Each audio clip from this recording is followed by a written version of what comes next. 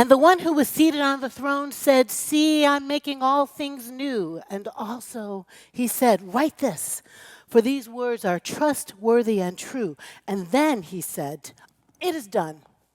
I am the Alpha and the Omega, the beginning and the end. To the thirsty I will give water as a gift from the spring of the water of life."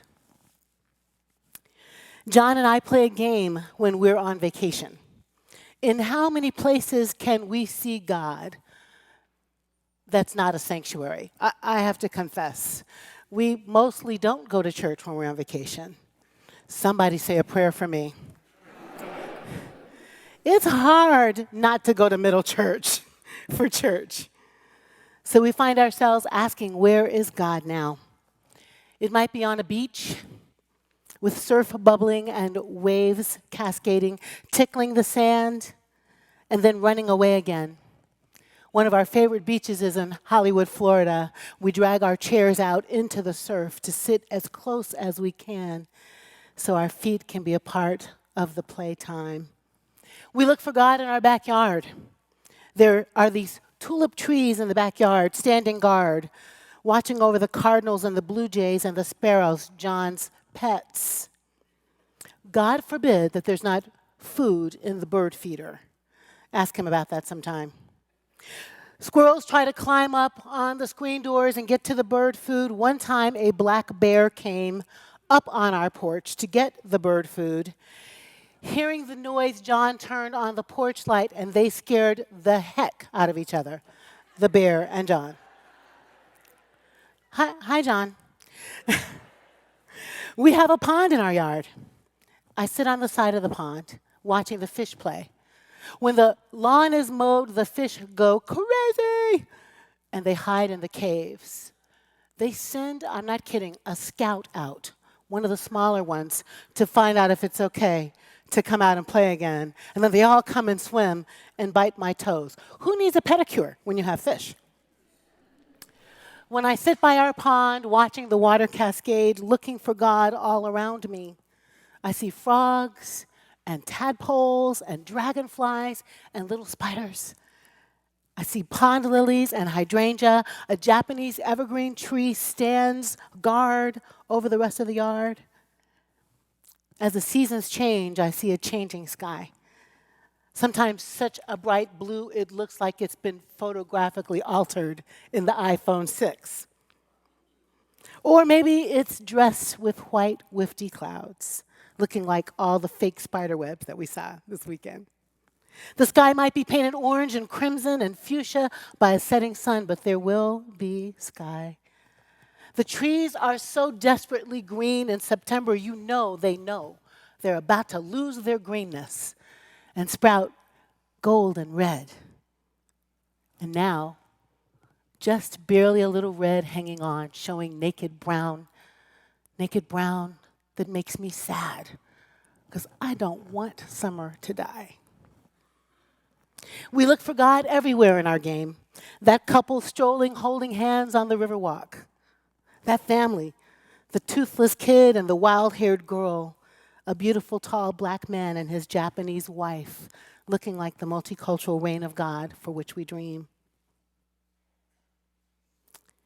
The word Eidon, E-I-D-O-N, belongs to a group of verbs that mean to see, to know, to perceive, to feel, to be conscious of it. That word appears 336 times in the New Testament and 4 times in these scriptures. Can you hear what John is seeing? What John is seeing in a time of upheaval and political turmoil, what John is seeing in a time of violence and war, what John is seeing in a time when the people of God who had experienced the Christ up close and personal were beginning to lose their faith in the soon returning, quickly coming, make it all better reign of God. John says he sees a new heaven and a new earth because the old one has passed away. John says he sees a holy city because the current holy city had been destroyed by war. And he sees the city coming down from heaven onto earth, signifying that God's power and presence was no longer out there, up there, but instead was down here, right here, located on the ground, in the decaying leaves, perhaps in the chirping of the frogs around the pond. God is making God's home among mortals because God is their God and they are God's people. This is what John sees in a time of craziness, in a time where the people don't quite know what to do and where to go and what's coming next. In a time where, okay, maybe planes weren't falling from the sky, but war was all around.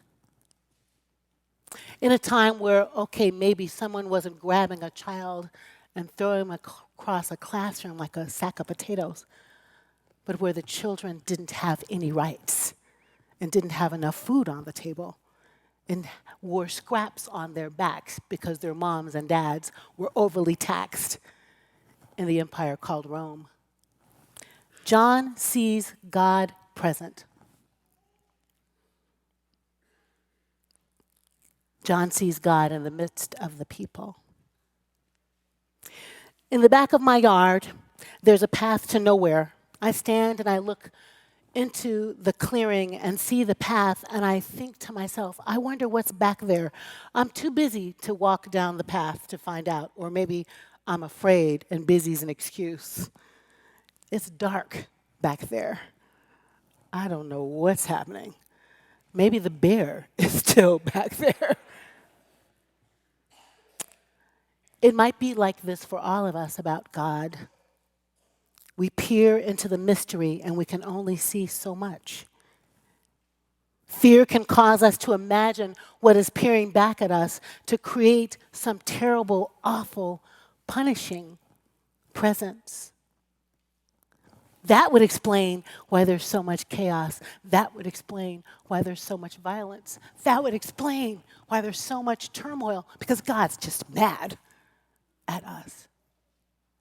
And maybe we deserve it. So we look down the path and we don't know what's happening, and we manufacture a mean, angry, malevolent, punitive, stingy, withholding presence that demands our worship. Maybe capriciously will kick our butt if we don't get it right. But John says, I saw a new heaven and a new earth because the old thing had passed away. And this one who was God came and lived in the midst of the people. And where they cried, God brushed tears from their eyes. And where they mourned, God showed up with gladness. And where they were sorrowful, God fixed it and made it all right. God made God's dwelling place in the midst of the mortals, in the midst of the people, not out there, somewhere out there, but in the midst of them, in them, inside them. John goes on to say in his dream, there was no need for a temple even, because God was in the midst of the people. John goes on to say there wasn't even a need for street lights, because God was so in the midst of the people that they shone so brightly there was no more night. God had made all things new. God had made the people the temple. God had made the tabernacle the body of the people, the individual and the collective body of the people. Who themselves would dry one another's tears, who themselves would make what's crooked straight and what's broken whole and what's fouled up fixed, who themselves were anointed and appointed to see God everywhere. On the sandy beach, on the subway, in the midst of the strange people, on the street, in the classrooms, in the Oval Office, in the halls of government, at work, and in this congregation.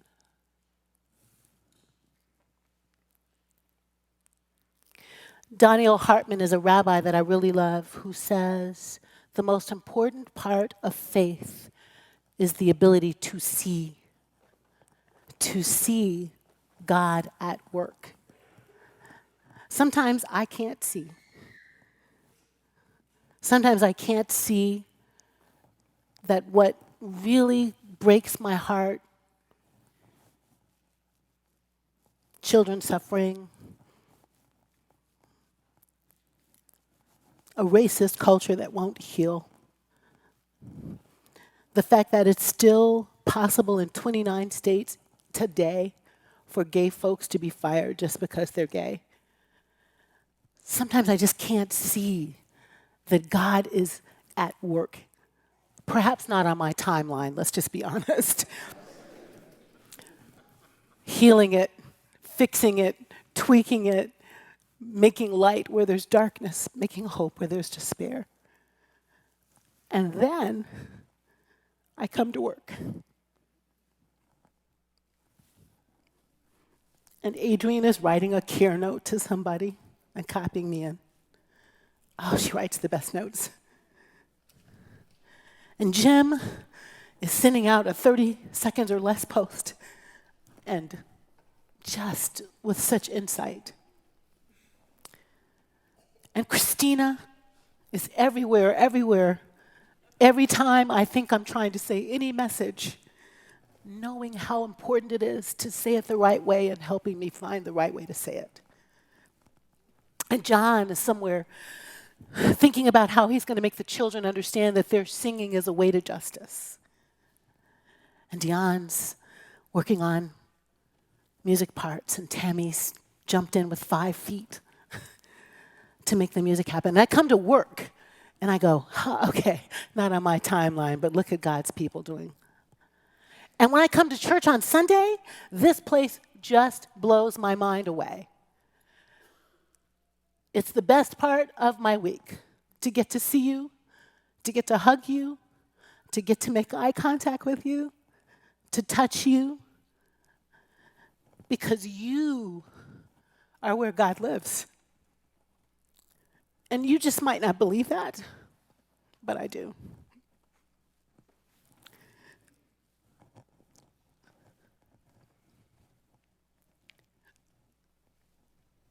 We fall down, but we get up.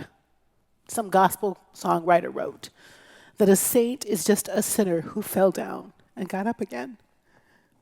I don't quite know why I'm so emotional today about this, but you've got to know that you are the great cloud of witnesses. Each of you is a saint. This isn't about what happens when you die and somebody reveres you. This is about you right now. Loving each other, caring for each other, being tender toward each other, having each other's backs, forgiving the trespasses of those who have wronged you, and not dragging crap around because it's too heavy. Let it go. This is about you, the small kindness that you'll show every day that will matter so much, rather than giving somebody the finger. This is about you. In the vision John saw, God was in you. Every single one of you. There's nothing you can do. There's nothing you've ever done that makes that not true. So I want you to live like saints. I want you to live like chosen ones. I want you to live like gifted people, designed to heal the world, because you are. It will happen because we all have superpowers and gifts. You are the ones God is waiting for. Show me what you got. Show me your muscles.